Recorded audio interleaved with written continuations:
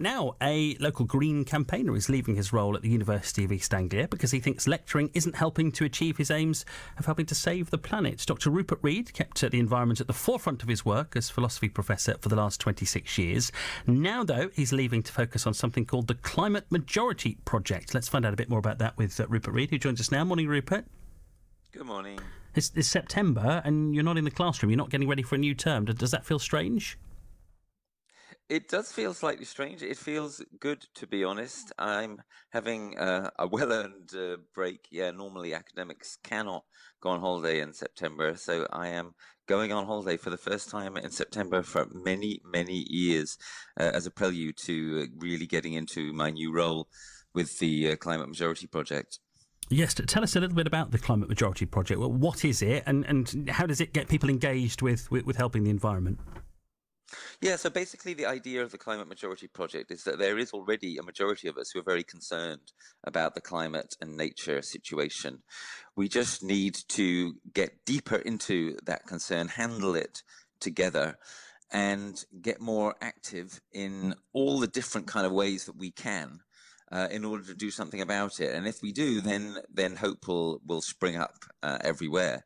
So we're stressing, for example, the power that people have potentially where they live or where they work. Where they live, we mean in people's communities, the power that people have together to perhaps work on the land, to perhaps club together to do something like have an apple day in reference to your last item, and other ways in which people can share the fruits of the land together, or perhaps joining together and getting retrofit or getting community energy for their area.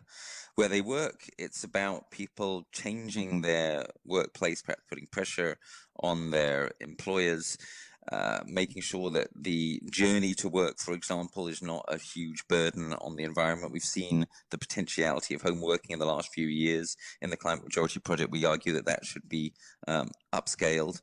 And basically, once we start finding our power together where we work, where we live, where we pray, where we act together on government as well, then we'll be able to face up to the difficult reality that is coming much more easily and much more strongly. And that's the essential idea of the project. You often hear people say that even though they care about the environment and they want to do their bit, that they feel a bit powerless, don't you? That they feel that whatever they're doing, their little bit within their own homes, isn't really going to make that much difference. Is this about getting people to realise that every little really does help, and that actually if everybody in an area does a little, it becomes a lot? That's exactly right, except it has to be a bit more than a little. So we're not just talking about the important and useful but limited things that one can do as a green consumer, for example. We're talking about the power that you can get when you act together in your community or together in your workplace or business. And what we think is really exciting is the possibilities that brings. And as you say, people can feel a bit hopeless and isolated, but when they notice that this is happening already, it's happening, for example, in professions like the law and insurance, both areas that we're working in the Climate Majority Project, that it's happening in an increasing number of localities. It's happening, for example, in parts of Norfolk and South Norfolk.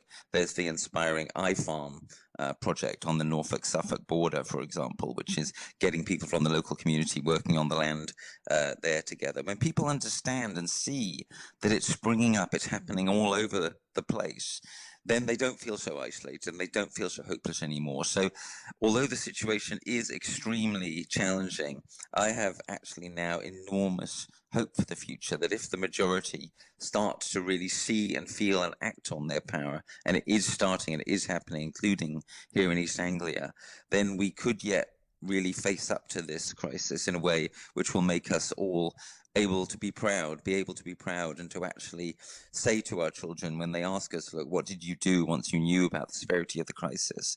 To say to them, well, actually, we really did club together and do our bit in the biggest way we could. Well, thank you for joining us this morning. Good luck with the new role. I'm sure we'll hear more about it, and I hope you don't miss the classrooms, the lecture theatres too much. Dr. Rupert Read.